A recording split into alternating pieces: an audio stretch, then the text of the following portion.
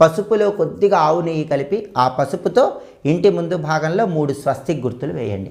లక్ష్మీదేవి శాశ్వతంగా ఇంట్లో ఉండిపోతుంది. పసుపుకు అంత ప్రత్యేకత ఉంది. అందుకే ఎప్పుడైనా సరే అమ్మవారి కుంకుమార్చనలతో పాటు పసుపుతో